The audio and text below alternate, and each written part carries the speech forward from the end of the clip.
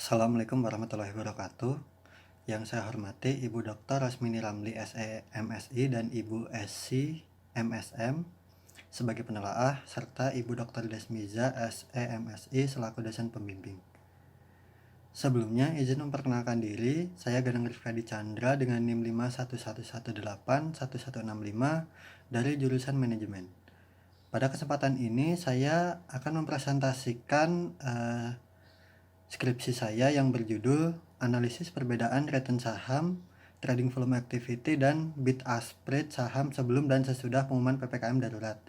Studi pada perusahaan sektor transportasi yang terdaftar di Bursa Efek Indonesia. Pada bagian yang pertama yaitu latar belakang masalah, di mana pada pertengahan tahun 2019 dan tahun 2020, wabah coronavirus 2019 atau disebut dengan COVID-19 melanda dunia termasuk Indonesia. Kasus-kasus tentang wabah COVID-19 tersebut meningkat pesat dalam waktu yang singkat. Peningkatan kasus COVID-19 telah mempengaruhi kondisi perekonomian dunia termasuk Indonesia, yang berdampak pada berbagai sektor diantaranya sektor transportasi, pariwisata, kesehatan, perdagangan, dan lain-lain.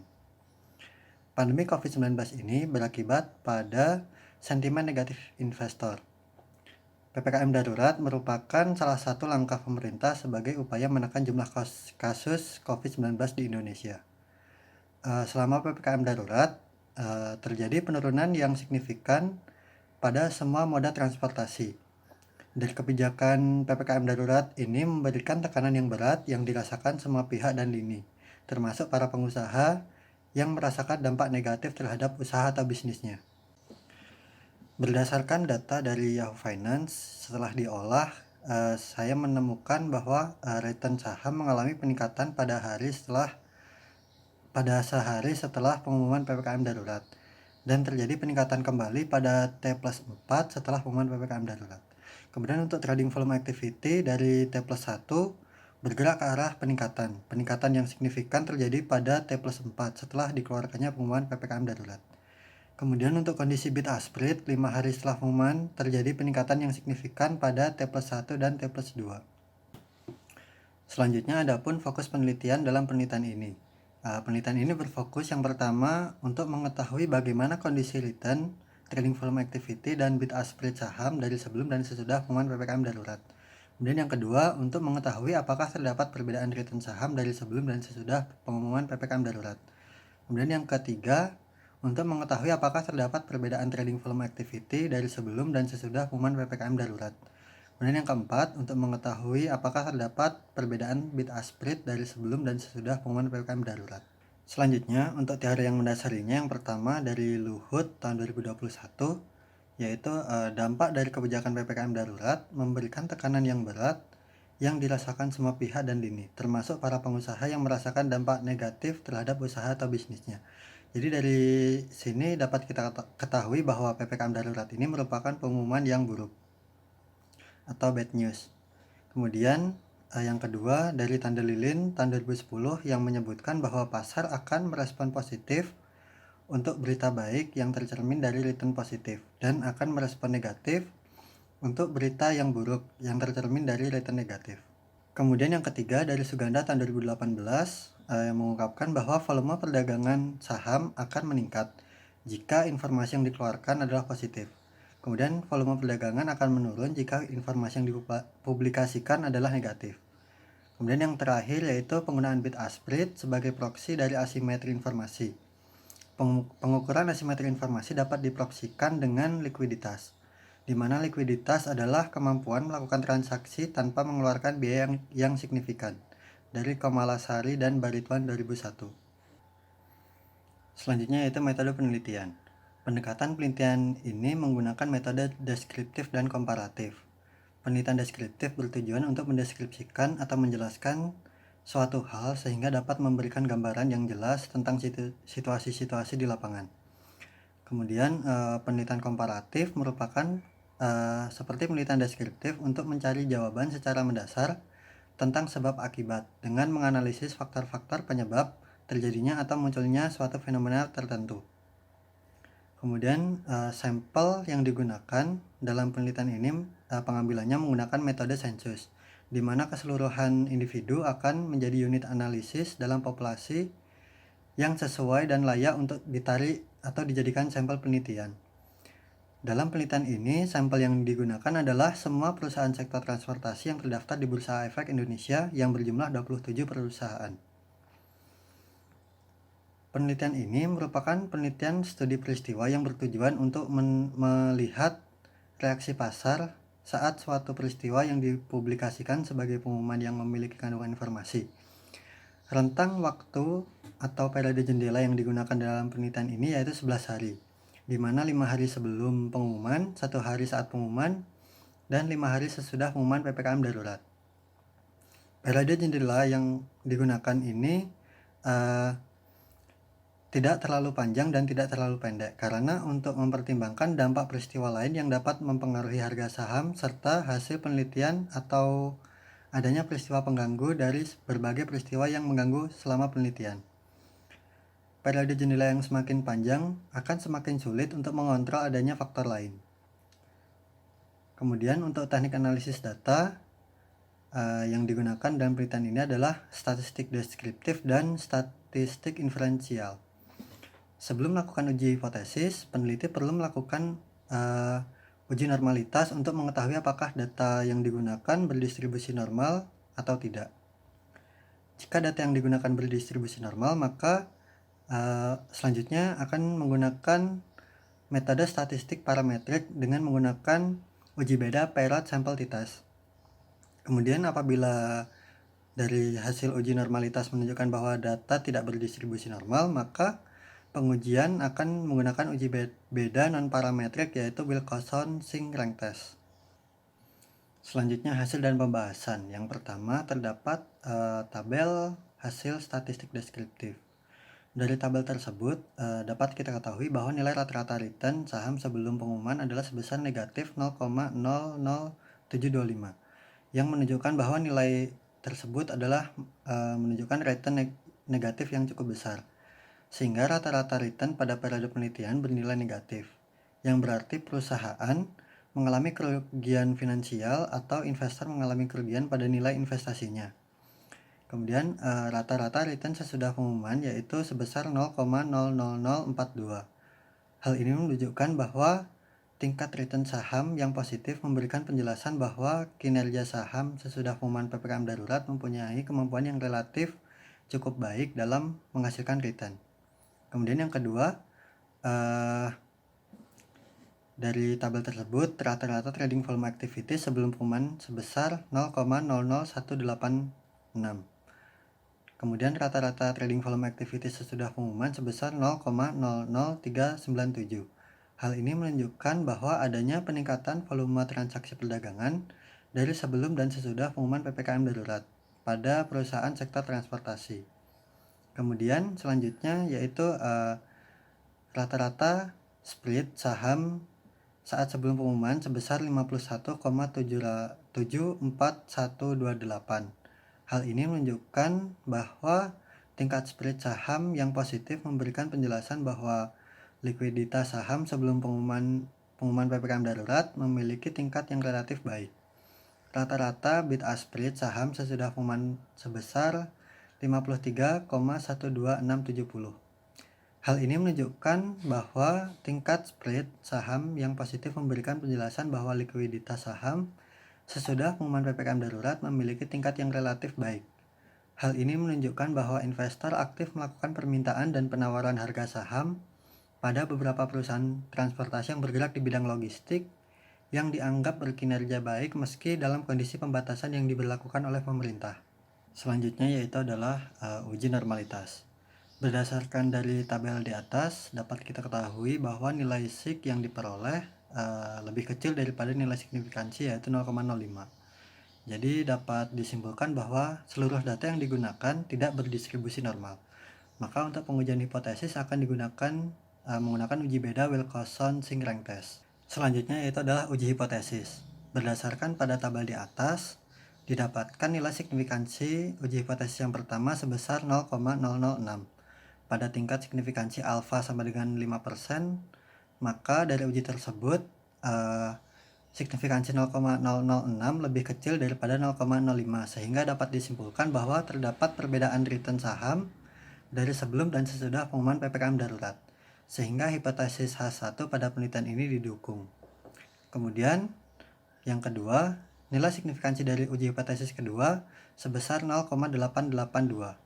Pada tingkat signifikansi alfa sama dengan 5%, maka nilai signifikansi ini lebih besar daripada 0,05 sehingga dapat disimpulkan bahwa tidak terdapat perbedaan trading volume activity dari sebelum dan sesudah pengumuman PPKM darurat, sehingga hipotesis H2 pada penelitian ini tidak didukung. Selanjutnya, uji hipotesis yang ketiga mendapatkan nilai signifikansi sebesar 0,940. Pada tingkat signifikansi alfa sama dengan 5%, maka dari uji tersebut lebih besar daripada 0,05 sehingga dapat disimpulkan bahwa tidak terdapat perbedaan bid ask spread saham dari sebelum dan sesudah pengumuman PPKM darurat, sehingga hipotesis H3 pada penelitian ini tidak didukung. Selanjutnya yaitu pembahasan yang pertama yaitu perbedaan return saham dari sebelum dan sesudah peristiwa pengumuman PPKM darurat. Dari hasil pengujian menggunakan uji Wilcoxon-Ching rank test, mendapatkan nilai SIG sebesar 0,006 yang dimana lebih kecil daripada 0,05, maka dapat disimpulkan bahwa terdapat perbedaan return saham dari sebelum dan sesudah pengumuman PPKM darurat. Berdasarkan dari analisis deskriptif menunjukkan bahwa temuan ini tidak sesuai dengan teori yang dinyatakan oleh Tanda Lilin bahwa pasar akan merespon positif untuk berita baik yang ditunjukkan dari return positif dan akan merespon negatif untuk berita buruk yang tercermin dari return negatif. Pengumuman PPKM darurat di Indonesia merupakan bentuk sinyal dari pemerintah kepada pelaku pasar.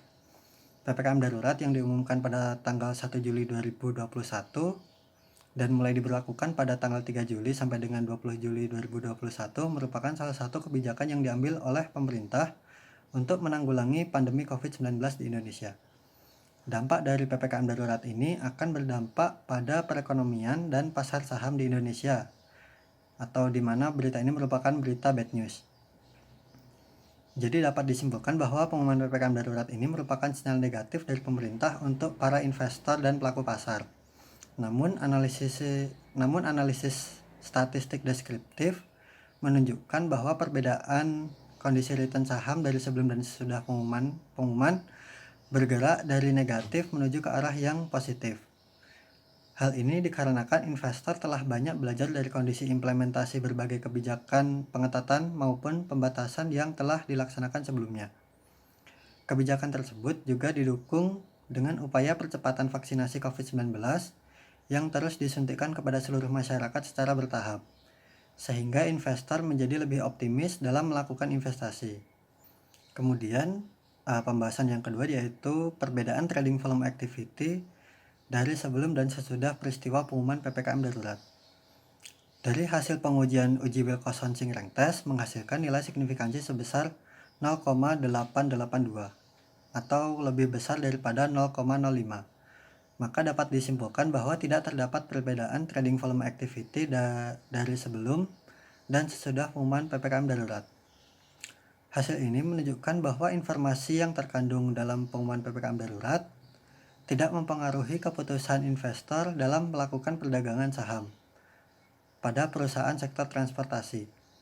Maka hasil ini tidak sesuai dengan teori dari Tanda Lilin tahun 2010 yang menyatakan bahwa investor akan menilai suatu peristiwa yang mengandung informasi yang akan menghasilkan keputusan perdagangan. Hasil uji hipotesis mendapatkan hasil bahwa tidak terdapat perbedaan trading volume activity saham dari sebelum dan sesudah pengumuman PPKM darurat. Maka dari hasil penelitian ini dapat disimpulkan bahwa pasar tidak memberikan sinyal dan tidak memberikan informasi yang cukup bagi para investor untuk mengambil keputusan perdagangan pada perusahaan sektor transportasi yang terdaftar di Bursa Efek Indonesia. Hal ini dikarenakan investor kemungkinan masih melihat dan menunggu arah kebijakan dari pemerintah terkait pemberlakuan PPKM darurat. Investor juga telah banyak belajar dari kondisi implementasi berbagai kebijakan pengetatan maupun pembatasan yang telah dilaksanakan sebelumnya. Kebijakan tersebut juga didukung dengan upaya percepatan vaksinasi COVID-19 yang terus disuntikan kepada seluruh masyarakat secara bertahap. Dengan percepatan vaksinasi tersebut, investor memperkirakan akan banyak pelonggaran kebijakan di masa yang akan mendatang, sehingga investor tidak merubah keputusannya dalam melakukan perdagangan saham dan tetap optimis dalam melakukan perdagangan saham. Pembahasan yang selanjutnya yaitu perbedaan bid-ask spread dari sebelum dan sesudah peristiwa pengumuman PPKM darurat. Dari hasil pengujian menggunakan uji Wilcoxon Singering Test, menghasilkan nilai signifikansi sebesar 0,940, di mana lebih besar daripada 0,05. Maka dapat disimpulkan bahwa tidak terdapat perbedaan bid-ask spread saham dari sebelum dan sesudah pengumuman PPKM darurat. Menurut Ong, tahun 2016, ketika bid-ask spread terlalu lebar, akan menyebabkan saham menjadi tidak liquid.